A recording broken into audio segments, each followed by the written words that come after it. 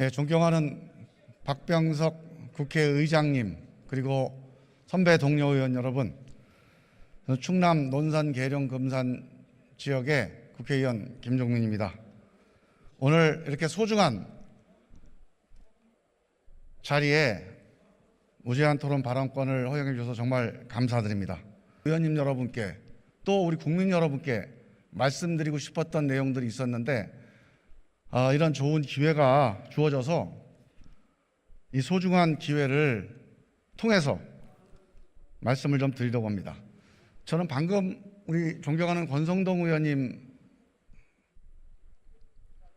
걱정하시는 대로 검수완박 걱정 안 하셔도 된다. 저는 검수완박 반대합니다. 저 권성동 의원님하고 생각이 똑같아요. 검수완박으로 가면 안 된다. 아마 이번 의장님, 박병석 의장님 제안하신 중재안이 언론 보도를 보면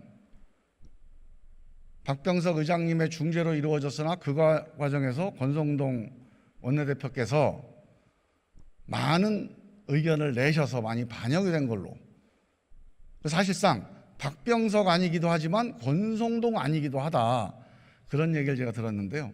만약에 그렇다면 저는 검수완박보다는 권성동 안에 더 찬성입니다.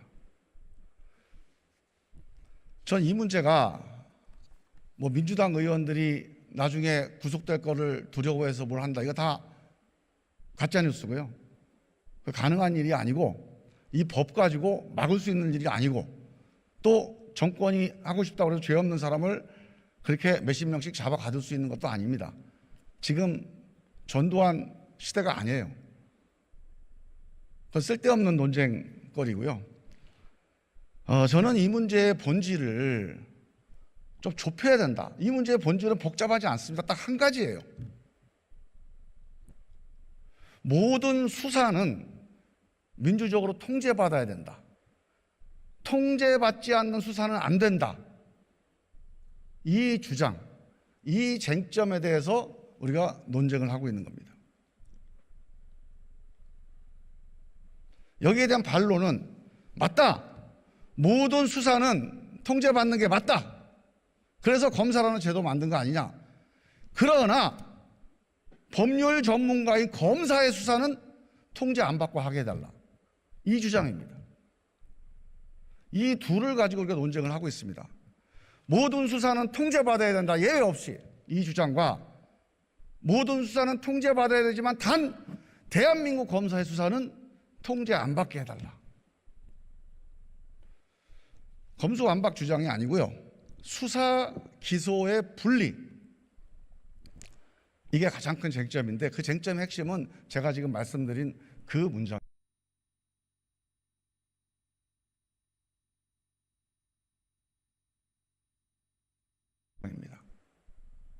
자, 어떤 방향으로 우리 대한민국 민주사법의 방향을 잡아나가야 될까요? 제가 이 말씀을 좀 드리려고 나왔습니다. 제가 본격적으로 이 말씀을 드리기 전에 정말 아쉬움을 말씀드리지 않을 수가 없습니다. 저는 갑자기 박병석 의장님 중재안으로 합의가 됐다는 뉴스를 접했습니다. 정말로 엄청 기뻤습니다. 너무 고마웠습니다. 우리 박병석 의장님에게도 고마웠고, 권성동 원내대표에게도 저분이 그래도 법사위원장 하시고 사선 의원이신가요? 5선이신가? 하여간 이 중진 의원이시니까 정말 국회에서 제대로 정치를 좀 하시는 분이구나. 엄청나게 고마워했습니다. 제가 이거 고마워한 이유는 사실 개인적으로 여러 가지 생각이 많이 들었기 때문이에요. 제가 법사위를 가게 된 이유가 있습니다. 제가 변호사도 아닌데 법사위 가가지고 전문가도 아니니까 법사위 가서 고생하겠다 싶은 법사위를 왜 갔겠습니까? 저는 원래 20대 국회에 국회의원으로 진출할 때 저는 국회의원이 돼서 정치하면서 이 정치를 개혁하는 것, 이 권력 구조를 민주적으로 바꾸고 국민을 정말 국민을 닮은 그런 국회로 만드는 선거법 개혁, 헌정 개혁, 이거 한번 해보겠다고 저는 국회에 들어왔습니다. 원하는 걸 다 이루려고 하지 말고, 비록 형식적으로는 합의를 국민의힘에서 깼지만 내용적으로는 그 합의가 유지되는 그런 법안 통과를 통해서 그 합의 정신과 합의의 모멘텀을 살려나가자, 저는 그렇게 생각을 합니다. 그래서 오늘 이 무제한 토론, 또 이어질 우리 임시회기가 저는 지난 3년 동안에 이 검찰개혁을 둘러싼 거의 내전 수준의 대한민국의 분열상을 극복하고 넘어설 수 있는 그런 선한 계기가 됐으면 좋겠다, 그런 바람을 담고 말씀을 이어가겠습니다. 다시 핵심 쟁점으로 돌아가겠습니다. 지난 3년 동안 검찰개혁 논쟁에서 수많은 쟁점들이 있었습니다만 검찰개혁 논쟁의 본질은 딱 한 가지입니다. 모든 수사는 사법 통제 받아야 된다. 모든 수사는 통제받아야 된다. 그런데 검찰이 하는 수사만은 통제받지 않도록 해달라, 이 주장을 가지고 좀 논쟁을 하고 있습니다. 제가 이 논쟁이 빨리 정리돼야 되는 이유를 한번 말씀을 드려보겠습니다. 저는 검수완박이 아니고, 검수완박은 반대합니다. 수사기소 분리 정신을 관철하는 게 좀 중요하다. 그 수사기소 분리 정신이 관철됐다면 검사가 수사할 수 있어야 되죠. 검사의 본질적인 역할인 기소권과 수사 통제권을 행사하기 위해서 수사를 할 수 있어야 됩니다. 그래서 검수완박은 맞지 않는 말입니다. 민주당의 당론도 아닙니다. 제가 지난 4년 동안 민주당에서 검찰개혁을 주장해 오면서 한 번도 이런 식의 검수완박의 검찰개혁을 주장해 본 적이 없습니다. 이 수사기소 분리를 위해서 모든 수사는 통제받아야 된다. 통제받지 않는 수사는 안 된다. 그건 민주주의가 아니다. 민주공화국에서는 허용될 수 없다. 예외가 없다.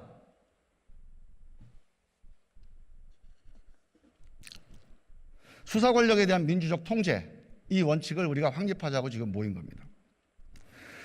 사법 권력을 한번 보겠습니다. 사법 권력은 수사권, 기소권, 재판권 이렇게 이어져 있습니다. 그런데 이 사법 권력이라고 하는 거는요, 주권자인 국민의 기본권을 침해하는 겁니다. 생명권, 신체의 자유, 재산권을 직접적으로 침해할 수 있는 국가 권력입니다.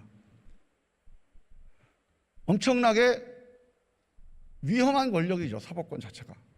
그래서 사법권은 일반 행정권과는 달리 아주 엄격하게 통제가 돼야 됩니다.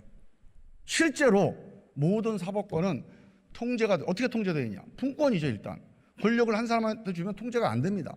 그래서 권력을 나누게 되어 있습니다. 그래서 수사권, 기소권, 재판권이라고 지난 200년 동안 근대 사법의 역사에서 분리가 된 겁니다. 권한을 나누고 이 나눠진 권한 간에 서로 견제하게 만들어 놓은 거예요. 그렇게 해서 국민들이 통제하는 민주적 통제가 가능한 겁니다.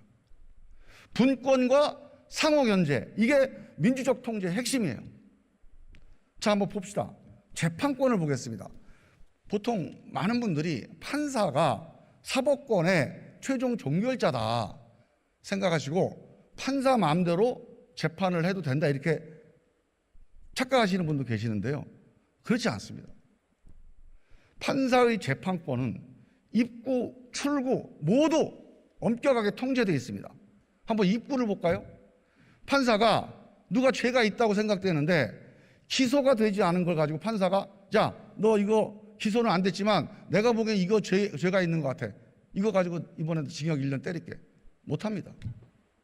기소된 내용만 가지고 판사의 심증으로 볼 때 다른 죄가 있는 것처럼 보여도 검사의 기소가 없고 수사관의 수사가 없으면 판사는 재판할 수 없어요.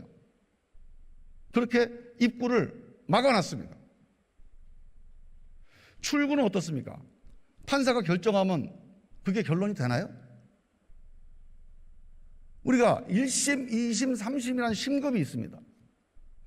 보통 1심 재판이 가장 중요하죠. 1심 재판에서 판사가 재판장이 어떤 결정을 내리더라도 2심과 3심의 재판에 의해서 출구가 통제되어 있습니다. 잘못 재판하면 뒤집히게 돼 있어요. 잘못 재판하면 안 됩니다. 마음대로 판결을 못하게 돼 있어요. 그래서 재판권에 대해서 우리가 신뢰하고 맡기는 겁니다. 이게 통제가 돼 있으니까 서울법대 나오고 똑똑하다고 시험 잘 봤다고 어떻게 징역 1년 재산을 뺏어가 이런 권한을 왜 줍니까? 이런 엄격한 통제 시스템이 아니고는 그 개인이 똑똑하다고 공부 잘한다고 줄 수가 없는 권력이에요. 이건. 기소권을 보겠습니다. 검사의 기소권을 한번 보세요. 출구를 누가 통제합니까? 검사가 기소를 하는 검사가요. 수사관이 수사하지 않은 내용을 가지고 기소를 할 수가 없어요. 왜? 사실관계를 모르니까요. 사실관계를 확인해서 사실에 입각한 것만 법적으로 골라서 기소하게 돼 있는 거예요. 엄밀하게 기소라고 하는 행위는 수사한 결과를 법적으로 정리정돈해서 재판장에게 가져가는 행위입니다. 이거는 소극적인 행위예요. 사실은. 수사한 거를 정리하는 과정입니다. 보완하는 과정입니다. 그래서 입구는 검사 마음대로 누구를 기소권을 행사할 수가 없어요. 수사를 한 결과만을 가지고 기소를 해야 됩니다. 엄격하게 입구가 통제되어 있습니다. 출구는 어떻습니까? 검사가 기소를 해요. 그게 결론이 됩니까? 검사 마음대로 그렇게 갑니까? 재판부에서 그 기소 받아들이지 않으면 이 검사의 기소는 무효입니다. 검사의 기소권도 이렇게 출구와 입구가 엄격하게 통제되어 있습니다.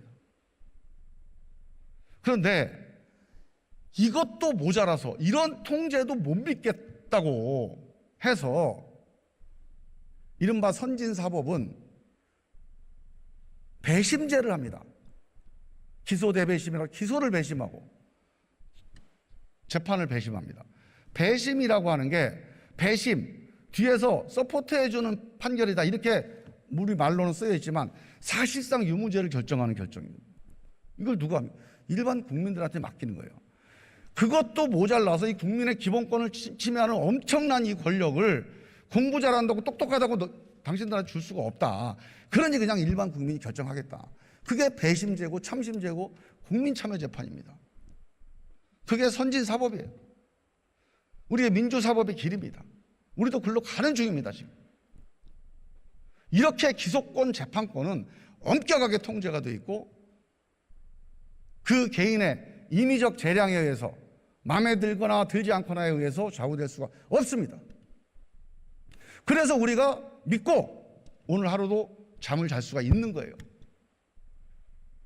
옛날 같으면 이런 옛날 봉건 영주나 옛날 왕이나 귀족들 이 근대 사법이 있기 전까지만 해도 그 사람들이 다 사람이 결정하는 거 아닙니까? 이런 제도와 시스템이 결정을 안 했잖아요. 그 발 뻗고 잘 수가 없었어요. 이런 시스템이 작동될 때 우리는 발 뻗고 잘 수가 있는 거예요. 그런데 수사 권력은요, 이거 좀 특별합니다. 자, 아까 제가 말씀드렸듯이 모든 사법 권력은 입구와 출구가 엄격히 통제가 되어 있습니다. 수사 권력도 출구는 통제를 해놨어요. 그게 뭡니까? 기소권이죠. 재판권이죠. 이것만 가지고도 모자라서 영장 청구권, 강제 수사를 할 때는 반드시 검사의 청구에 의해서 판사의 허가에 의해서 수사를 할 수 있도록 영장 청구권. 근데 이것만 가지고도 모자랍니다. 수사라고 하는 게요. 입구에 대한 통제가 사실상 없습니다. 수사는 자유롭게 사실을 취사 선택해서 입건을 하든지 아니면 판단을 할 수 있는 재량이 수사관에게 주어져 있습니다. 기본적으로 이 권한을 통제를 해서 고소고발 사건만 수사해라. 인지수사는 못한다. 수사관의 주관적 판단, 재량적 판단을 허용하지 않는다. 이러면 그야말로 부패완판이 되죠. 그래서 그렇게 할 수가 없어요. 수사관의 임의성, 재량성이 엄청나게 큰 게 수사행위입니다. 그래서 내가 수사관 나만 알고 있는 사실을 덮을 수도 있어요. 아, 이거 보니까 나랑 친한 사람인데 덮자. 내가 보기에 이건 아닌 것 같아 덮자. 아니면 이 자식이 보니까 자꾸 부인도 하고 말을 빙빙 돌리는데 괘씸하네. 이것도 한번 조사해볼까? 저것도 조사해볼까? 없는 죄도 만들려고 노력해서 만들 수도 있습니다. 물론 그런 수사관이 많지는 않습니다. 하지만 그럴 여지가 있다는 거예요. 그래서 수사 권력을, 입구를 철저하게 통제하는 것이 불가능하기 때문에 수사 과정을 법적으로 제도적으로 통제해야 된다. 그래서 만들어진 제도가 검사라는 제도예요. 그 전에는 판사가 수사관한테 야, 수사된 거 갖고 와 하고 재판을 했는데 재판하다 보니까 영 엉망이가 너무 많은 거예요. 아, 이 수사관이 감정 때문에 막 피의자를 너무 나쁘게 막 왜곡을 시켰다거나 아니면 자기 아는 사람을 봐준 것 같은 거예요. 그런 일이 자꾸 벌어지니까 이거 안 되겠다. 법률 전문가를 판사가 파견을 해서 수사관의 수사를 한번 정리정돈해서 재판을 갖고 와야지, 그렇지 않고 재판했다가는 너무 이게 소모적이다. 맨날 쓸데없는 것 같고 사실관계 다툼하느라고 복잡하다. 그래서 수사판사라는 이름으로 시작된 게 검사제도. 그 검사가 이 일을 하는 거거든요. 기소라고는 절차가 만들어졌어요. 원래는 수사관이 그냥 가져가면 그 기소가 됐잖아요, 옛날에. 우리 옛날에 포도청도 마찬가지죠. 이거 전문적으로 법적으로 검토하는 과정이 없었단 말이에요. 그런데 이걸 만들어 놓으니까 수사 과정에 여러 가지 문제점들이 많이 해소가 됐어요. 그래서 단순한 기소행위가 아니라 수사 과정을 법적으로 통제하는 역할을 이 검사가 하게 된 겁니다. 엄밀한 의미에서 검사는요, 수사관이 아닙니다. 수사에 대한 통제관입니다. 사법통제관이에요. 그게 검사의 본원적인 본질적인 임무입니다. 그래서 이 수사 권력이라고 하는 이 위험한 권력, 이 인간 개인의 재량에 맡겨져 있는 이런 주관적 재량적 판단들, 이걸 어떻게든지 제도적으로 통제하는 시스템을 만들어야 된다. 그게 검사 제도인데, 그래서 검사가 정말 필요한 겁니다. 민주사법에서 없어서는 안 될 영역이에요. 대한민국 검사들한테 좀 고마워해야 됩니다. 우리가 이 사법 질서를 신뢰할 수 있게 하고 사법 질서에 승복할 수 있게 만드는데, 이 수사를 통제하고 수사를 재판으로 가져오는 법률적 과정, 전문적 과정, 이 과정이 없으면 안 된다. 정말 고마운 일입니다. 근데 대한민국이요, 좀 특별하게도 검사가 직접 인지하는 1차 수사를 되게 광범하게 해왔어요. 물론 검사 중에 한 80% 이상의 검사는 이걸 안 합니다. 10%가 될지 20%가 될지 시대마다 다르지만 소수의 검사들이 이 직접 수사를 해왔습니다. 그런데 저는 이 질문을 좀 하고 싶어요.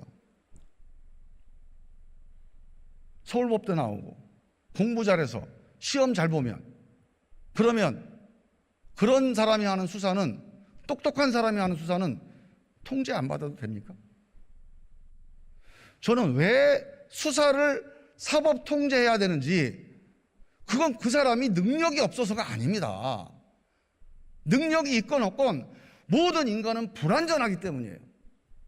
이 사실행위에 대한 다툼에서 피의자와 싸우게 되면 감정이 생기게 되고요, 확증 편향이 생기게 되고요, 친소와 정실이 생기게 됩니다. 이 유혹 앞에 모든 인간은 불완전하다, 이 근대 철학의 대원칙을 인정한 거예요. 하버드를 나오든지 서울법대를 나오든지 사법고시 수석을 하든지 그 사람이 아무리 능력이 뛰어나도 이 인간의 불완전성에서 자유로울 수 없습니다. 지금 검찰이요, 우리만 예외로 해달라는 얘기는 근대 칸트 이후에 근대 철학의 모든 성과를 다 뒤집어 엎는 겁니다. 모든 인간은 불완전하다. 이걸 뒤집어 엎는 거예요. 우리 검사들은 서울법대 나왔으니까 완전해. 우리 검사는 믿어도 돼. 통제 안 받아도 돼. 우리 검사가 수사도 하고 기소도 하고 다 할게. 한 개인이. 이거는 검사에 대한 불신이 아닙니다. 제가 검사들을 못 믿는 게 아니에요. 모든 개인은 불완전한 거예요. 모든 개인을 믿으면 안 된다. 이게 민주주의의 대원칙입니다. 모든 개인은 주인이지만 모든 개인에게 권력을 주지 않습니다. 제도해 줍니다. 우리 국회 300명 있잖아요. 여기 있는 분들 의원님 한 분 한 분. 우리 제일 어르신이신 우리 박병석 의장님이 무슨 권력을 갖고 있죠? 마음대로 법 만들 수 있나요? 회의에서 결정된 것 이외에는 어떤 권력도 없습니다. 그게 민주주의 의사결정의 원칙이에요. 독임적인 행정결정도 제도적으로 주어진 권한 이외에는 사용 못하게 되어 있습니다. 주관적인 재량과 임의성을 근본적으로 제한하는 게 민주공화국의 대원칙이에요. 그렇지 않으면 시험 봐서 공부 잘했다고 그런 권력을 어떻게 줍니까? 사람 목숨을 빼앗고 사람 재산 빼앗는 권력을 어떻게 줘요? 그건 하버드 박사학위 100개를 받아도 안 됩니다. 저는 우리 검찰 여러분들께 정말 말씀드리고 싶은 게 검찰만은 예외다 이 얘기 하지 마십시오. 그거 안 됩니다. 아무리 검사가 수사를 잘해도 아무리 검찰이 수사 역량이 뛰어나도 검찰 수사만은 사법통제, 민주통제를 받지 않는다. 이건 안 돼요. 이렇죠. 우리는 법률가다. 우리가 수사하고 기소하게 되면 당연히 우리 안에 작동하는 법률가의 한 면이 있어서 그 법률가가 스스로 통제하게 된다. 자기 통제를 한다는 거예요. 우리 검사들은 지킬 박사와 하이드라는 겁니다. 그렇지 않아요. 지킬 박사와 하이드는 불완전합니다. 그런 존재를 우리 민주공화국의 권력을 거기다 주어줄 수는 없어요. 모든 사람이 두 가지 일을, 두 가지 상치되는, 배치되는, 충돌하는 역할을 한 사람이 할 수 없습니다. 우리 국가기관도요, 왜 입법부를 둡니까? 기획을 하고 방향 결정하는 걸 입법부에서 해라. 이걸 집행하는 행정은 대통령과 정부에서 해라. 딱 나눠놨잖아요. 기획도 하고 집행도 하면 어떻게 됩니까? 우리 조그만한 중소기업을 하도 기획부서하고 집행부서가 같이, 영업부서랑 같이 있으면 그 회사 잘 되나요? 오래 못 갈 겁니다. 뭐 구멍가게는 모르겠습니다만 적어도 상장기업 정도 되면 기획부서와 집행부서가 같이 가면 그 회사 망합니다. 집행을 하는 관점을 가지고는 미래를 내다보면서 기획할 수가 없고요. 기획만 하는 관점을 가지고 집행을 하면 현장의 소소하고 세부적인 의사결정을 제대로 못합니다. 이상적인 결정을 할 수가 있어요. 그래서 이거를 분리시켜 놓은 거예요. 이사회가 있고 CEO가 있는 겁니다. 우리 의회가 있고 대통령, 총리가 있는 것처럼 국가 권력이 이렇게 돼 있어요. 검사에서도 수사를 하는 역할과 수사를 통제하고 기소하는 역할은 사람이 나눠져야 됩니다. 그래서 만약에 대한민국 검사들이 정말로 경찰로 가면, 이 권한이 경찰로 가면 안 된다, 정말 부패 완판이 된다, 이런 애국충정이라면 진작에 검찰 내에 수사하는 부서하고 기소하는 부서를 분리시켰어야 돼요. 그리고 검사 중에 수사하고 싶은 사람들, 우리 윤석열 검사, 한동훈 검사, 이런 분은 그 수사부로 가면 돼요. 수사하십시오. 그리고 다른 검사에 의해서 사법 통제를 받아들이면, 그러면 아마 이 논쟁도 이렇게까지 오지 않았을 거예요. 근데 한 사람이, 같은 사람이 수사도 하고 기소를 하는 거를 밥 먹듯이 하고 있잖아요. 이게 민주주의라고요? 이게 헌법이라고요? 진짜 헌법 공부 어디서 한 겁니까? 저 같은 만주 변호사도 법사위 1년 해보면 나오는 결론인데 어떻게 한 사람에게 수사권과 기소권이라는 막대한 국가폭력을 주어주는 게 어떻게 이게 헌법에 맞습니까? 위헌입니다. 위헌.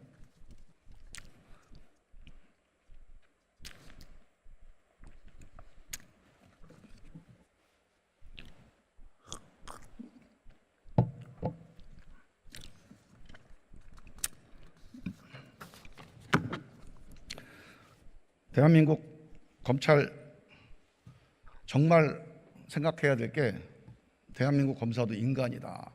불완전한 인간이라는 사실을 받아들여야 됩니다. 그 거부한다고 거부될 수 있는 사실이 아니에요. 통제받지 않는 수사를 하면 기획 수사를 하죠. 표적 수사를 하죠. 편파 수사하죠. 정실 수사하죠. 이게 대한민국 검사들이 나쁜 사람이라서 이렇게 하는 게 아닙니다. 초과 권력이 주어져 있으니까 그걸 안 쓸 수가 없는 거예요. 그게 인간이 가지고 있는 불완전성입니다. 이렇게 하니까 뭐가 남죠? 그래서 대한민국이 부패공화국에서 자유로워졌어요? 그렇지 않아요. 검찰에 대한 불신만 남은 겁니다. 그 묵묵히 일하는 수많은 검사들이 다 검찰 그러면 뭔가 힘쓰는 사람, 지 맘대로 하는 사람,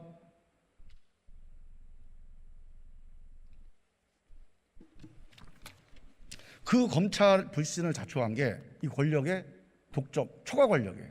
이 초과 권력 내려놔야 돼요. 대통령도 마찬가지고 국회도 마찬가지고 우리가 민주화 이후에 이 초과 권력을 내려놓지 않으면 국민 불신에서 자유로울 수가 없습니다. 저는 이 문제에 대해서 정말 지난 윤석열 검찰 3년 동안 통제받지 않는 수사가 뭐라는 것을 아주 뼈저리게 확인했습니다. 아, 이렇게 통제받지 않는 수사가 이렇게 위험하구나, 이렇게 잔인하구나, 이렇게 대한민국을 둘로 갈라놓는구나. 누구는 이래요. 국민들이 응원한다고 그래요. 응원하지 않고 증오하는 그 절반의 국민들은 국민 아닙니까?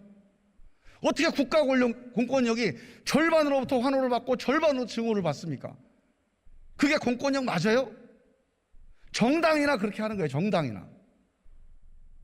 정당은 편을 나눠서 파티를 나눠서 일방을 대변하고 일방이 대변해서 국회에서 합의라고 하는 제도를 통해서 하나로 통합되기 때문에 일방의 대변이 허용되는 겁니다.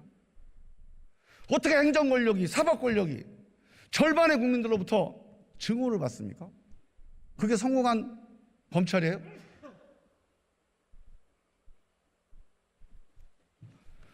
어떻게 보면 윤석열 검찰이 정치에 뛰어든 거는 필연이라고 봅니다. 이렇게 절반의 지지를 자신들의 업무의 성과로 삼는 일이 그게 정치거든요. 그러니까 그분들은 DNA상 정치로 뛰어들었어야 돼요. 그 절반의 지지를 가지고 국민들이 나를 지지한다고 만족해 왔던 걸 보면 필연적으로 정치 외에는 그런 마인드를 가지고 할 수 있는 일이 대한민국 공직에 없습니다.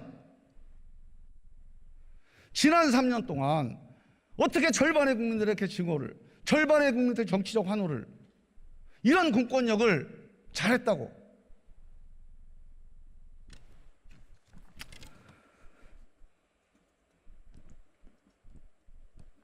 통제받지 않는 수사는 안 됩니다.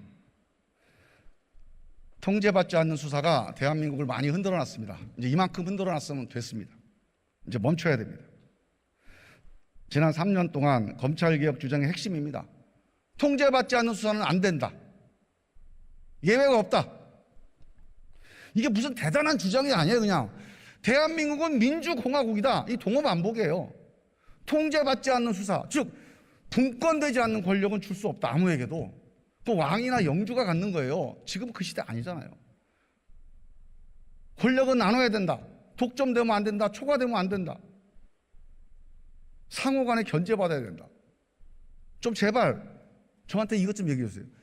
수사를 한 검사의 수사를 그 당사자 말고 대한민국에 누가 지금 통제를 하고 있는지. 제가 오죽하면 윤석열 총장한테 그렇게 질문했습니다. 저는 검찰총장의 수사지휘권을 법적으로 옳지 않다고 봅니다. 어떻게 수사행위를 수사 당사자인 검사가 법과 양심에 따라서 해야지 상관의 지시에 의해서 수사를 합니까? 마치 대법원장 지시를 가지고 재판을 하는 거나 다를 게 없어요. 기소와 수사행위는 엄격하게 법적으로 허가된, 권한이 부여된 그 검사의 법적 양심에 따라서 이루어져야 됩니다. 근데 우리나라가 수사 지휘라는 걸 해요. 법무부 장관의 지휘는 일반 지휘, 정책 지휘라고 해서 좀 별도로 하더라도 검찰총장이나 검사장이 상명하복 원칙에 입각해서 동일체 분위기에서 지시하고 지휘하는 거, 이거는 사법은 아닙니다. 행정은 뭐 그럴 수 있죠. 근데 사법은 아니에요. 사법이라고 하는 거는 사법의 담당관들의 유일한 상관은요, 사람이 아니에요. 법이에요, 법. 자기 위에는 법밖에 없습니다, 상관이. 그 법의 명령과 지시만 따라야 되는 게 사법 업무의 핵심이에요. 근데 자기 상관의 지시를 따르는 사법 업무를 하고 있잖아요. 그래서 아주 좋게 선의로 해석해서 저는 대한민국이 검사들이 수사를 하고 있으니까 그 수사를 검사 개인이 스스로 자기가 통제할 수가 없으니 그건 철학적으로 불가능하다고 제가 말씀드렸잖아요. 그러니 다른 검사인 상관, 검사장이라든가 부장검사라든가 검찰총장이라든가 다른 검사로 하여금 통제하는 권한을 준 거 아닌가. 제가 그렇게 선의로 해석해서 국정감사 때 법사위 때 얘기를 한 적이 있어요. 그러면 어떻게 해야 됩니까? 검찰총장이 초과 권력과 권력의 남용에 대한 통제자 역할을 해야 되잖아요. 그런데 윤석열 검찰총장 중에 그런 역할을 한 분들이 꽤 많습니다. 거의 숫자적으로 보면 대부분의 검찰총장이 그런 수사에 대한 사법 통제관 역할을 했다고 저는 봐요. 윤석열 검찰총장을 잘못 임명한 거예요. 이분은 수사의 브레이크 역할을 해야 되는데 수사의 악셀레이터 역할을 했습니다. 더 엄청난 수사가, 더 위험한 수사가 벌어졌어요. 저는 그런 점에서 보면 지금 있는 제도의 취지도 엄청나게 배신된 거다. 그래서 진짜 대한민국 지난 3년 동안 검찰 수사가 통제받지 않는 수사의 위험성이, 저랑 같이 법사를 했던 존경하는 우리 장제원 의원님이 윤석열 검찰총장 안 된다고 반대할 때 그때 했던 얘기가 그거예요. 대한민국 검찰이 이렇게 잔인하게 이명박 박근혜 당시 정부 인사들을 수사하고, 잔인한 검찰, 사법농단 하니까 그때 검사들과 함께 몇십 년 동안 법원에서 함께 협력해왔던 판사들이 대한민국 검찰이 이렇게 수사하는 줄은 몰랐다. 이렇게 엉터리 수사하는 줄 몰랐다. 이렇게 해요. 근데 저는 그분들이, 죄를 진 분들이 왜 저렇게 자꾸 이렇게 검사 탓을 하나. 근데 제가 문재인 정부 5년 수사, 조국 수사, 뭐 여러 가지 수사를 하는 걸 보면서 저는 조국 장관이 잘못한 거에 대해서 우리가 변호하거나 아니면 그걸 감싸거나 할 필요 없다고 봐요. 뭐 본인도 잘못한 거에 사과하고 또 우리도 거기에 대해서 같이 감쌌으면 사과해야 됩니다. 그건 무슨 논쟁거리가 아니에요. 그런데 백보 양보해서 여러 가지 잘못이 있다 하더라도 그 조국 장관 관련된 그 100몇 건의 압수수색과 그 100명의 수사검사를 투입한 그 사냥 수사가 이게 정상적인 수사였다고 생각하는 국민들은 없습니다. 자, 이렇게 생각을 해봅시다. 그런 수사를 나도 가서 봉사활동 시간 한 대여섯 개 시간을 좀 부풀리면 그런 식의 수사를 받을 수 있다고 생각하면 국민들이 자기라면 그런 수사를 수용할까요? 우리 국민의힘 의원들 100명 중에 나도 그런 수사 받겠다 이런 사람 한 분도 안 계실 겁니다. 맞습니다. 그거는 조국이라서가 아니고 뭐 권성동이라서가 아니고 누구라도 그런 수사는 하면 안 돼요. 왜? 그런 수사는 필연적으로 국민의 절반으로 하여금 그 수사를 승복하지 않게 만들어요. 그러면 이 공권력이 유지되지 않는 겁니다. 지난 3년이 이 수사에 대한 통제, 민주적 통제의 필요성을 정말 뼈저리게 확인시켜준 3년입니다.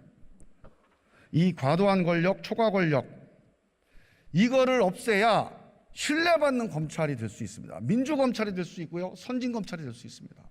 검찰을 위한 길이에요, 이거. 그런데 우리 검사분들이 수사 뺏으면 검찰이 무슨 할 일이 없지 않냐? 천만의 말씀이에요.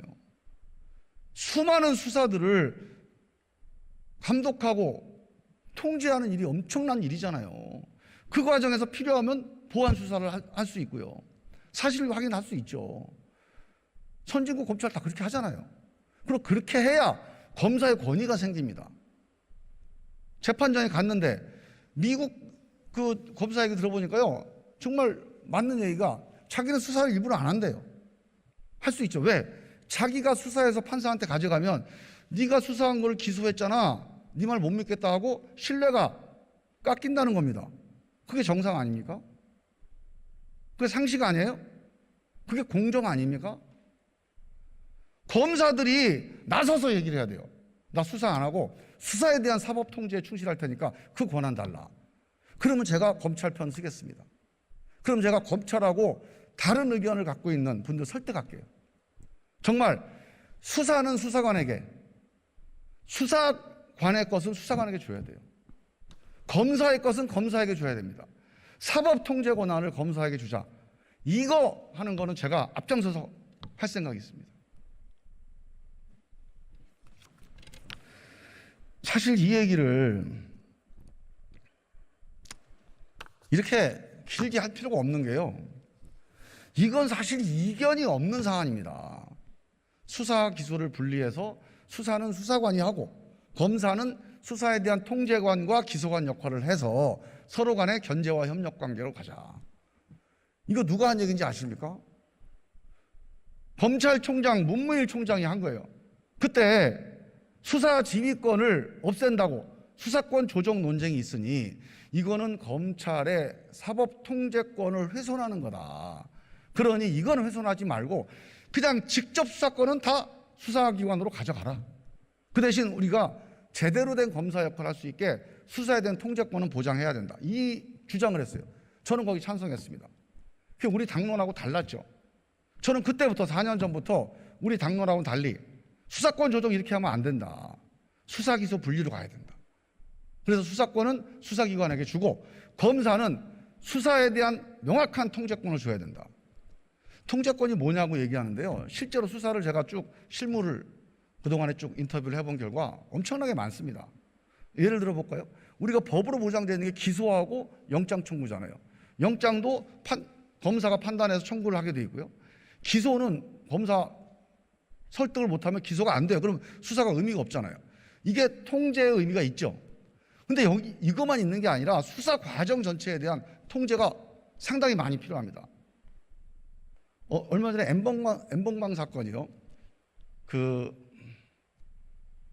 미성년자 유해 동영상, 불법 동영상으로 법 적용을 해서 뭐 징역 한 3, 4년밖에 안 나올 사건인데 조직범죄 사건으로 법을 적용을 달리해서 이 무기징역이 나온 거예요. 이거 검사가 한 겁니다. 그거 잘했죠? 바로 이런 게 검사 역할이에요. 수사를 할 때 이게 과실치사냐 살인이냐 가지고 수사관이 고민해봐야 수사관이 법률 전문가가 아니니까 헷갈릴 수 있어요. 근데 과실치사로 열심히 수사를 합니다. 그래 봐야 뭐합니까 이게? 나중에 살인이 법적으로 맞다 그러면 수사 허탄 거 아니에요? 그러면 수사 과정에 개입을 해서 야 이거 과실치사 아니고 살인으로 수사해라. 이게 수사에 대한 통제입니다. 수사 과정에서 이런 일을 할 수 있어야죠. 법적으로 재판장 가면 중요한 게 증거 아닙니까? 증거라고 열심히 뭘 갖고 와요. 수사관이. 야 이거는 법적으로 증거가 안 돼. 이 판단 누가 해줍니까? 우리 이모선 의원님 경찰 출신이신데 경찰에서 증거 판단을 해서 그게 완벽하게 되겠나요? 법률 전문가가 마지막으로 법률적 판단을 해봐야 되죠. 이런 것들이 사법 통제입니다. 검사의 법률적 임무 중에 객관 의무라는 게 있습니다. 객관 의무. 이거야말로 가장 강력한 사법 통제권의 근거입니다. 객관 의무가 뭡니까? 자, 피고인이 있어요. 죄를 지은 사람이 있는데 보통 수사를 할 때 보면 그 죄 지은 사람이 유죄라고 생각되는 증거들, 그런 사실관계는 크게 보이겠죠. 근데 이게 아닌가 보다. 이 사람이 알리바이가 있네. 이 사람이 범인이 아닌 건. 이런 것들은 가능한 한 작게 보입니다. 그리고 마음속에서 뒷전으로 물러나게 돼요. 그게 수사관의 어쩔 수 없는 인간의 심리예요. 그러면 이게 주관적인 폭력이 됩니다. 사실관계와는 달리 그 사람의 나쁜 면만 모아가지고 수사 결과를 내게 되잖아요. 수사가 엄청나게 이 위험에 빠질 그거 있죠, 수사는. 그걸 어쩔 수 없는 겁니다. 그거를 막으라고 객관 의무라는 거를 부여를 해서, 객관 의무는 뭡니까? 그 피의자한테 유리하든 불리하든 모든 사실을 다 객관적으로 접수하고 동등하게 재판에 갖고 나올 의무가 검사한테 있습니다. 이거야말로 사법의 수사에 대한 아주 근본적이고 본질적인 통제예요. 그래서 수사가 유리하든 불리하든 사실만 재판정에 가져갈 수 있도록 하는 거. 이 객관 의무를 이행하는 검사, 아주 훌륭하고 신뢰할 만한 사법 통제관이죠. 수사 통제관이 됩니다. 이거를 해야 돼요, 검사가. 그 객관 의무를 이행하는 일. 이게 검사의 본업이에요. 지금까지 대한민국이 어쩌다가 검사 수사력이 좀 필요해서 임시방편으로 너 직접 수사해봐 하고 준 거를, 그걸 마치 우리 본업이라고 생각하고, 이 소중한 본업, 이 존경받는 본업, 이 민주공화국의 헌법 원칙에 부합되는 이 근본적인 본업을 이걸 왜 안 합니까?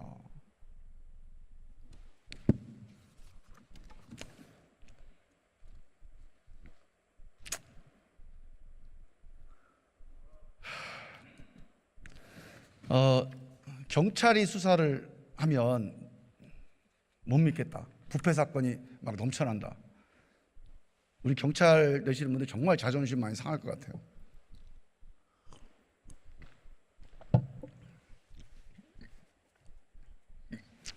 우리가 상임위를 하는데 법사위에서 그 뭐 문체위나 과방위에서 법 만들어 오면 법이 너무 엉성해. 그래서 법사위에서 다 봐야 돼. 이러고 얘기하면은 그게 성립이 됩니까? 그런 법사위 유지되나요? 아마 당장 폐지될 거요. 지금 없지 않아 그런 비슷한 쪽으로 가니까 맨날 법사위 없애라는 거 아닙니까? 대놓고 그렇게 얘기할 사람은 없죠. 저도 법사위 4년 했지만 그런 법사위원은 없습니다. 단지 전문적으로 역할이 다르다. 근데 경찰의 수사는 제대로 안 된다. 저는 이렇게 봅니다. 우리 국민들 입장에서는요, 통제받지 않는 검찰 수사보다 통제받는 경찰 수사가 100번 이익입니다. 국가적으로도 이익이에요. 이익 유불리를 떠나서 이건 민주주의의 대원칙입니다. 이거 안 하면 민주공화국이 아닌 거예요. 그러니까 논쟁이 이어질 수가 없는 쟁점입니다. 이건 통제받지 않는 권력, 견제받지 않는 권력, 독점된 권력, 이건 근대 이전에 우리가 다시 왕정복고를 하자는 겁니까? 그런 권력을, 그런 인치의 시대로 다시 갈 수는 없잖아요. 우리가 일시적으로, 아주 부분적으로 대한민국 검찰이 그런 권력 행사를 해온 거예요. 어쩔 수 없이. 이제 그만해야죠. 왜? 얼마나 검찰 피곤합니까? 맨날 욕먹고, 국민의 절반한테는 정말 욕먹고 비토당하고 탄핵당하고, 국민이 절반이 지지하면 뭐예요? 그거는 정치계로 나온 윤석열 검사나 한동훈 검사한테는 좋은 자산이 되겠지만 현직에 있는 검찰들한테는 얼마나 큰 멍해입니까? 국민의 절반이 너 나쁜 놈, 그런 공직자 있습니까? 대한민국에? 일부에서 10% 20%가 이게 부당하다, 불공정하다, 뭐 논다 이렇게 욕할 수 있어도 절반이 딱 갈려가지고 이렇게 비토하는, 탄핵하는 그런 공직은 없습니다. 그게 통제 없는, 브레이크 없는 수사 권력, 검찰 수사 권력의 현 주소예요. 검찰을 위해서 우리가 이렇게 나가선 거예요. 이게 뭐가 이득이 되냐? 검찰을 위해서 그러는, 검찰의 신뢰를 회복하기 위해서. 권력 많이 갖지 마라. 권력 많이 가지면 그게 좋은 것 같지만 그렇지 않아요. 다 스스로를 베는 칼이 됩니다. 부메랑이 돼요. 저는 검찰의 수사권 지키기 주장에 대해서 반대합니다. 검찰 수사도 통제받아야 됩니다. 검찰도 인간이기 때문에 불완전한 인간을 인정을 하고 통제받다, 민주적 통제 안에 들어와야 된다. 그런 점에서 검찰이 수사를 하든 기소를 하든 권한을 분산시키는데 참여해달라, 그렇게 간절히 호소를 좀 드립니다. 근데 이 원칙의 연장선상에서 모든 수사는 민주적 통제를 받아야 된다, 사법 통제를 받아야 된다, 이 대원칙, 검사도 예외가 되면 안 된다, 이 대원칙을 위해서 저는 똑같이 검수완박도 저는 반대합니다. 우리가 검찰 수사를 반대하는 게 통제받지 않는 수사이기 때문에 반대하는 거지 검찰이 미워서 반대하는 게 아니에요. 검찰이 원래 나빠서 반대하는 게 아닙니다. 모든 통제받지 않는 수사는 개인의 선의와 관계없이 타락할 수 있기 때문입니다. 그래서 반대하는 거 아닙니까? 그럼 똑같죠. 경찰 수사도 마찬가지 아닙니까? 통제받지 않는 경찰 수사는 타락하지 않겠습니까? 그 민주법 헌정에 민주사법에서 허용될 수 있겠습니까? 안 되잖아요. 지금 우리 제도가 우리 경찰로 넘어가는 수사권이 사법 통제에서 미진함이 있다. 우리가 받아들여야 됩니다. 그거는. 맞다. 그건 논쟁해보자. 과감하게 수용하겠다. 이렇게 가야 돼요. 무조건 검찰의 수사권은 박탈하겠다. 물론 우리가 한 번도 그런 주장을 해본 적이 없죠. 그거는 그냥 언론에서나 유튜브에서 재미있자고 만들어낸 말입니다. 법적인 정치적인 그런 조언은 아니죠. 근데 이 기회에 우리 분명하게 얘기를 해요. 검찰 검수완박은 우리 민주당이 지난 4년, 멀리는 노무현 정부 이후에 지난 20년 동안 검찰개혁의 노선과 다른 노선입니다. 검수완박이 아니에요. 수사기소의 분리입니다. 경찰 수사에 대한 민주적 사법적 통제를 검찰한테 맡기는 것, 그러므로 해서 검찰이 수사 권력이 아니라 수사 통제 권력으로 다시 부활할 수 있도록 해주는, 이게 우리 검찰개혁의 노선입니다. 그런 점에서 저는 이번에 우리 박홍근 원내대표님과 권성동 원내대표님이 두 분이 합의하신 보안수사에 대한 합의는 정말 잘한 합의다. 저는 정말 우리 박병석 의장님한테 제가 무슨 뭐 금목걸이라도 있으면 좀 주고 싶어요. 저는 이 주장을 우리 내부에서 매일 해왔는데, 그래서 내가 우리 박홍근 대표님 맨날 힘들게 밤 10시에 집에 들어갈 때 전화해가지고 이거 좀 꼭 해야 된다고 막 쪼르기도 하고 그랬는데, 그게 이 중지안에 담긴 거예요. 그래서 우리의 검찰개혁의 노선이 확 피었습니다. 그리고 정리정돈이 반듯하게 된 거예요. 그래서 정말 이거는 권성동 의원이 약간 마음이 좀 틀어졌긴 했지만 정말 현실로 만들어낼 가치가 있다. 보안수사라고 하는 게 사람들이 야, 수사권을 주면 또 검찰이 장난치지 않겠냐. 그래서 보안수사를 할 때 보안수사의 절차와 요건을 엄격하게 규정을 하면 됩니다. 보안수사를 처음에 요구를 해요. 경찰한테. 보안수사 해달라. 이 점에서. 근데 안 해요. 한 번 더 합니다. 한 두 번쯤에서 안 되면 검찰이 갖고 와요. 사건 송치해. 그래서 검찰이 보안수사를 직접 할 수 있게 해놓으면 경찰관이, 수사관이 한 번 얘기했는데 다시 또 보안수사 요구가 내려오면 안 할 수 있을까요? 그 검사의 의도를 안 따를 수 있을까요? 안 따르면 뺏기는데? 저는 이 절차만 만들어놔도 검찰의 보안수사 요구가 집행이 아주 잘 될 거라고 봅니다. 굳이 뭐 고집이 서로 부딪혀가지고 도저히가 안 된다. 그러면 검사가 하면 돼요. 기본적으로 수사의 우위는 검사에게 있는 거예요. 왜? 수사는 기소하기 위해서 하는 건데 기소 안 할 수사 백날 해보면 뭐합니까? 그럼 기소가 아니고 최종 판단하게 놔둬야죠. 저는 이런 부분들이 법적으로 잘 실현이 안 되고 있다. 이런 거는 얼마든지 토론의 대상이 된다. 그리고 그거에 대해서 우리가 검찰 편, 경찰 편이 아니라 정말 민주사법의 원칙과 방향에 입각해서 입법자로서의 공정성을 지켜야 된다. 그 논의를 앞으로 해나가면 됩니다. 저는 또 이런 얘기도 하시죠. 야, 그 말이 맞는데 뭐 그동안에 뭐 했냐? 어? 너희들 그 진작 좀 하지. 민주당 잘못했어요, 사실. 이게 진작 했어야 돼요. 원래부터 문무일 검찰총장이 수사기소 분리하되 수사에 대한 수사 지휘권을, 이게 용어상의 문제가 있고 상명하복적인 이런 상하관계로 이루어진 면이 있어서 사법통제라는 이름으로 바꾸고 사법통제의 법적인 취지를 살려서 재정비하자.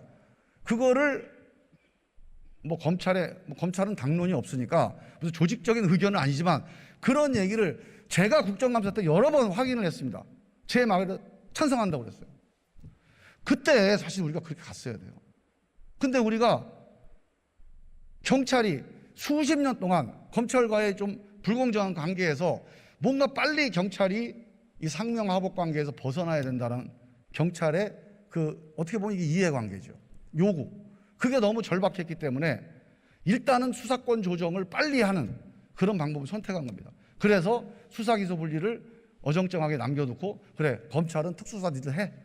그 대신 수사권 조정해서 너무 경찰을 니들 마음대로 부리지 말어. 이렇게 조정을 해놓은 거예요. 저는 그때 수사기소 분리를 했어야 된다고 봐요. 안타깝습니다. 그래서 그렇게 해놨는데 제가 그래서 문재인 대통령 또 우리 당에 있는 법사위원들 또 우리 당에 있는 선배 의원들한테 항의도 많이 했어요. 아이러니컬하게 이걸 주장한 게 우리 민주당에서 있는 박금서 의원, 조홍천 의원, 검사 출신 의원 2명하고 저 만주 변호사 이 3명밖에 없어요. 그거 다 어렵다고 본 거예요. 왜 어렵냐 그랬더니 경찰로 수사를 다 넘기면 경찰이 아직은 수사 역량이 안 된다. 현실적으로 어렵다. 이런 현실 논리가 하나 있고요. 두 번째로는 수사권을 뺏는 거기 때문에 약간 검찰의 이해관계를 뺏는 거다. 그래서 검찰이 엄청나게 반발할 거다. 그래서 이거는 이렇게 가면 너무 시끄러워진다. 그러니 적절하게 단계적으로 가자. 이렇게 된 거예요. 그 대신 윤석열 카드를 끄집은 겁니다.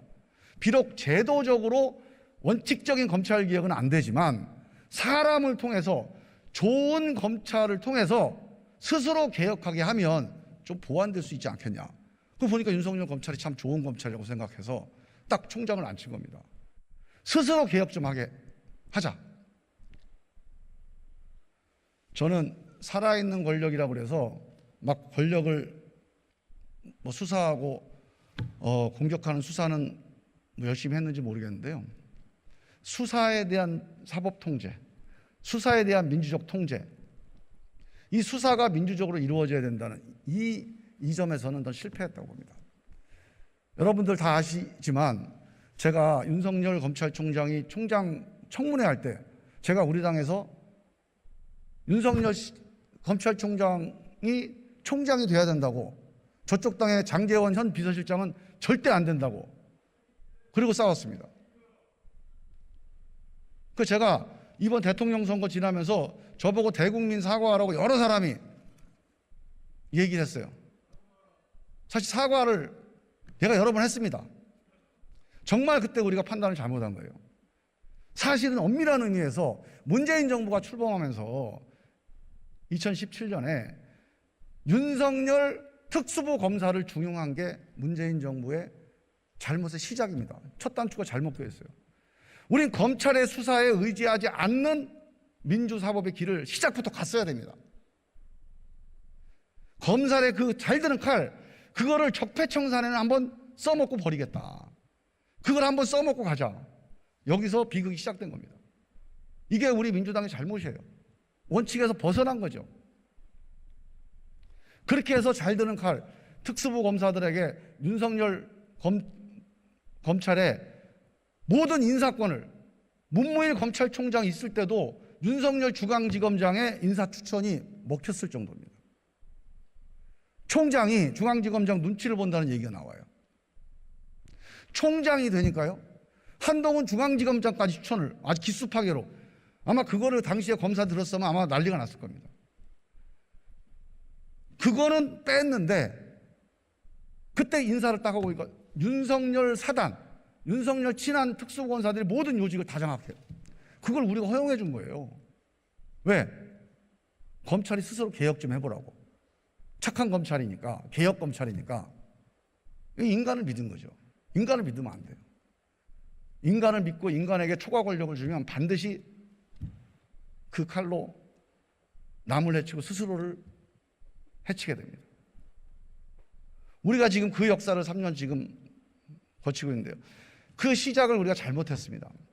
그런데 잘못했으니까 열심히 책임지고 그냥 가면 되지 뭘 이제 와서 하려고 그러냐. 제가 지난 3년 동안 윤석열 검찰을 보면서 이 통제받지 않는 수사 권력이 얼마나 위험한지를 우리가 두 눈으로 똑똑히 봤잖아요. 대한민국이 이렇게 반으로 쫙 갈라지는 걸 봤잖아요. 이게 6.25의 총성도 아닙니다. 6.25 이후에 이렇게 대한민국을 반으로 갈라놓을 수 있는 사건이 있을 수 있을까요? 그만큼 이 초과 권력이 무서운 겁니다. 그래서 저는 윤석열이 미워서, 한동훈이 미워서가 아니고, 검찰이 미워서가 아니고, 이제 이런 시대는 끝내야 된다. 이런 초과 권력은 누구에게라도 주면 안 된다. 그거를 우리가 지난 3년 동안 본 겁니다. 그래서 문재인 대통령이 그래도 문재인 정권의 검찰총장이다 하고 품에 안으면서 해보려고 그랬어요. 왜? 법무부 장관의 정무적 지휘권이 있지 않냐. 그러니 법무부 장관이 잘 지휘하면 될 것 같다. 추미애 법무부 장관의 지휘는 결국 실패했습니다. 원인과 공과를 따지기 전에 그렇게 해서 우리가 추진했던 여러 가지 검찰개혁의 로드맵들이 잘 안 된 거예요. 지금은 입법을 통한 이 검찰 수사 권력에 대한 통제 외에는 방법이 없습니다. 그런데 마침 이번에 대통령이 윤석열 대통령이 돼버렸어요. 이분이 이걸 동의 안 하시니까 5년 내내 이 법을 안 받아들일 거예요. 그럼 5년 동안 우리는 또 정치사법의 시대, 정치검찰의 시대, 절반의 환호를 받고 절반으로부터 탄핵받고 증오받는 검찰, 그런 공권력을 방치해야 됩니다. 문재인 정부에서 결자해지 차원에서 매듭을 지어야 됩니다. 단 매듭을 짓 때 검찰이 비워서 검찰의 뭔가를 뺏는 게 아니라 민주사법의 원칙을 원칙대로 세우는 일, 수사관의 것은 수사관에게, 검사의 것은 검사에게 법적으로 보장해주는 그런 수사기소 분리의 입법을 꼭 완수를 해야 된다. 그러지 않으면 5년 기다려야 되는데요. 그 5년 기다리는 게 이렇게 민주사법에서 이탈되어 있는, 쉽게 얘기하면 탈선되어 있는 거예요. 우리 기차가 쭉 대한민국이란 기차가 가는데 탈선되어 있는 상태에서 그냥 계속 가자는 겁니다. 그거 안 돼요. 다시 레일 위에 올려놓고 다시 출발해야 됩니다. 저는 이번 기회에 이 문제를 매듭 짓고, 이게 매듭 짓는 게 그냥 방향만 결정하는 거거든요. 수사 기소는 분리한다.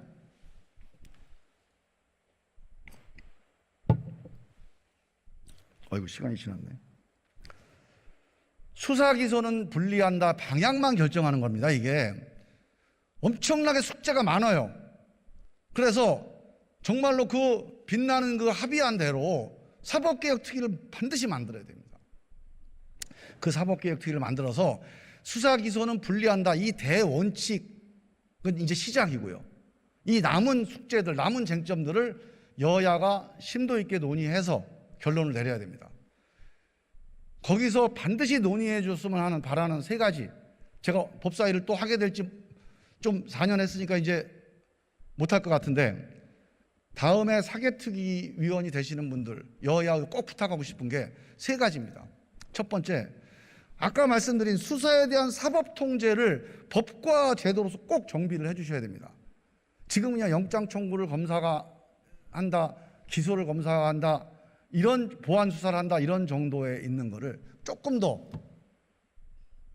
세부 사항들을, 현장의 수사관과 검사의 다양한 경험들을 종합해서 이 현장 사람들의 토론을 오랫동안 해야 돼요. 그래서 제일 적당한, 물론 그러다 보면 경찰하고 검찰하고 서로 이해관계가 부딪히겠죠. 그럴 때 입법자들의 공정한 결단, 토론이 필요합니다. 그게 국회가 역할이 있는 거죠. 그래서 그걸 해야 됩니다. 아까 말씀드린 객관 의무에 따라서 어긋나는 것은 적극적으로 사법 통제를 해야 된다. 뭐 하다못해 이런 조항이라도 집어넣어보자 이거예요. 그러면 늘 검사가 그 법조항에 따라서 어떤 행위를 할 거 아닙니까? 그러면 검사의 법적인 권한 살아나는 거죠. 검사의 법적 근거가 있는 지시 혹은 요구에 대해서 수사관이 거부할 수가 없잖아요. 그런 조항들을 증거 판단에 관한 검사의 의견을 따른다. 뭐 그런 조항도 한번 생각해 볼 수 있습니다. 그럼 당연히 그렇게 해야 돼요, 사실은. 증거 판단은 법적인 판단이에요. 그거는 무슨 사실관계에 대한 판단이 아닙니다. 이 판단이 사실관계가 증거가 되느냐 안 되는 것은 법정에서 증거로서의 법적 효력을 판단하는 거기 때문에 법률 전문가가 판단해야 되니까 수사관하고 검사하고 의견이 다르면 그 검사 의견을 존중해 줘야죠. 그리고 상명하복 뭐 이런 식으로 인격적으로 좀 뭔가 그동안에 잘못되어 왔거나 아니면 충분히 수사관이 할 수 있는 판단인데 검사가 무리하게 오바해서 뭐 권한을 침해하거나 이런 조항들은 또 수사관한테 주고 검사 것은 검사에게 수사관 것은 수사관에게 주는 이 수사 통제 절차, 수사 통제 제도, 수사 절차 제도를 정비하는 거 저는 이게 매우 중요하다고 봅니다. 이거 꼭 해주셔야 되고요. 두 번째로 수사권 분산을 꼭 해야 됩니다. 지금 우리 경찰로 이 수사 권한이 다 가게 됐을 때 대한민국 경찰이 전국 단위의 위계 조직입니다. 10만이 넘는 전국 단위 위계 조직이에요. 이 수사 조직이. 그러면 여기에 모든 수사권을 통째로 준다? 그럼 경찰이 또 공룡이 됩니다. 경찰에 또 통제받지 않는 수사가 나와요. 그래서 검사의 개별 사건에 대한 사법 통제도 제도적으로 정비해야 되지만 조직적으로도 하나의 위계 조직 안에 이 막대한 수사 권한을 주면 안 된다. 수사권 분산을 꼭 해야 된다. 그래서 경찰은 경찰대로 수사를 하되 중대범죄에 대한 국가수사청을 만들어서 국가수사청이 수사를 경쟁적으로 할 수 있게 해야죠. 그래서 수사권이 분산되는 거죠. 이것만 가지고는 안 됩니다. 경찰 수사권이요. 사실은 국가수사청이 만들어져도 그 수사는 거기서 하고 경찰은 딴 거고 이게 아니에요. 서로 다 인지하면 수사를 할 수가 있게 돼 있는 거죠. 그런데 이게 전국 단위로 하나의 통일된 조직이다. 그럼 이것도 공룡 조직이 됐어요. 그래서 이것도 못 믿어가지고 자치경찰제를 해야 됩니다. 지금처럼 약간 좀 수준 낮은 자치경찰이 아니라 민생자치경찰이 아니라 광역 단위의 인사권이 존중되는 분산되는 자치경찰. 그러니까 경찰 권력의 분권을 해야 됩니다. 그러면 광역 단위로 분산되어 있는 수사 권력은 절대로 대한민국을 흔들 수 없어요. 그 권력 가지고는 대한민국 못 흔듭니다. 대통령이 전권을 주고 인사권까지 준 윤석열 검찰 정도 돼야 대한민국을 흔들지 광역 단위의 경찰 권력 갖고는 못 흔듭니다. 그래서 우리가 발 뻗고 잘 수가 있어요.